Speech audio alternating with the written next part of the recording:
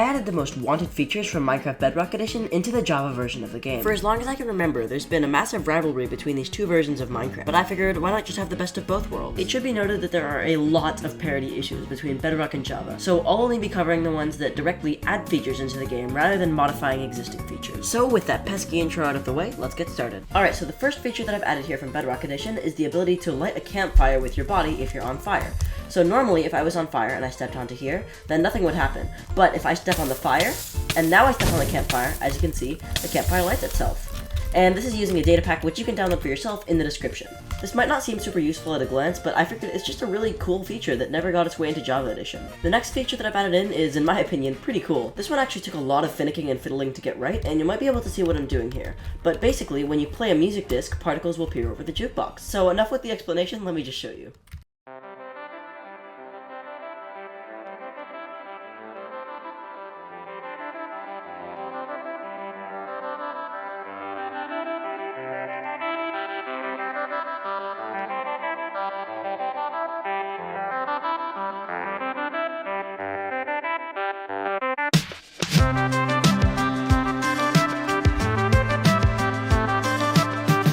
Overly dramatic editing aside, I think that this just adds a really cool element of life into the game. Next up is our last little quality of life change, and don't worry, we'll get to some more useful stuff right after this. So, when you throw an ender pearl in Minecraft, there's nothing special that happens, but in Bedrock Edition, it actually plays a teleportation sound, which I always thought was a pretty cool detail. So of course, I've gone ahead and added it into the Java version of the game.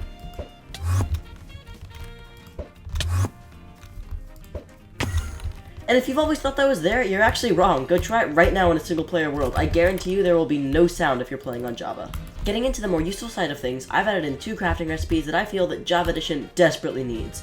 The first of those is to be able to recolor wool after you've dyed it. Normally you can't do this, but with my new Datapack, now you can. As you can see, it works with any color of wool and any dye that you'd like. And it's as simple as putting the wool on the outside and the dye in the middle. And it even lets you conserve dyes by only using 1 dye per 8 wool. And of course, this also works for things like beds.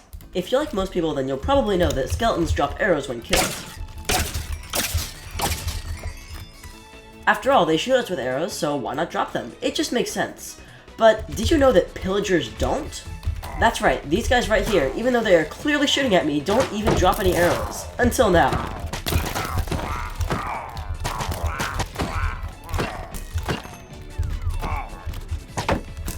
And there you go, in Bedrock Edition, pillagers will actually drop 0 to 2 arrows, just like this. This will make farming arrows a lot more convenient, because a lot of people have raid farms, and now they can get arrows as a byproduct of that too. And if you made it this far in the video, you're clearly enjoying it, so why not drop me a sub? I'm just a small Minecraft YouTuber, doing my best to do as well as I can on the platform, and a subscription to the channel is a great way to support me and show me that you like my content. Anyways, let's move on to our last item. Okay, so for our last feature, we've got something pretty special. Imagine that I want to push this chest with all of my goodies inside with a piston.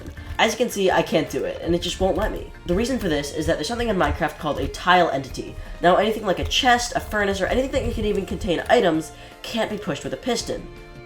Unless you're in Bedrock Edition. And while this would be incredibly difficult to code consistently into the game with a datapack, Nembob's carpet mod does it perfectly, and I wanted to show it off as the last thing in this video. So now that I've got the mod installed, just watch this magic. We can push and pull the chest, and this might not seem like such a big deal, but just imagine all the possibilities. You could have a rotating storage system. You could have a movable TNT launcher that fires it with dispensers. That would be so cool! Again, the possibilities are endless. So shout out to Nembob for this incredible mod. And if you've made it to the end of my video, consider joining my Discord server. You can talk to me there as I'm super active, and it's a really fun time. So with that, thank you guys so much for watching, and I'll see you in the next video.